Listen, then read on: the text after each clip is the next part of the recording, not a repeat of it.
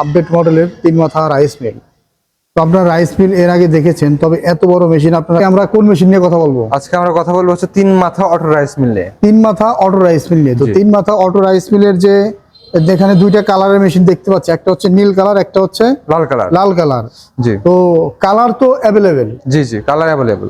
আর কালারের বিষয়টা একটু বলে দেন। সবসময় কি সব ধরনের কালার স্টকে থাকে? আমাদের সব সময় সব ধরনের কালার থাকে, এক এক সময় এক এক রকম আসে। অনেক এক এক সময় দেখা সময় যাচ্ছে লাল, অনেক সময় হচ্ছে নীল, অনেক সময় হলুদ। হলুদ। হ্যাঁ, কিন্তু machine machine model number 6N350।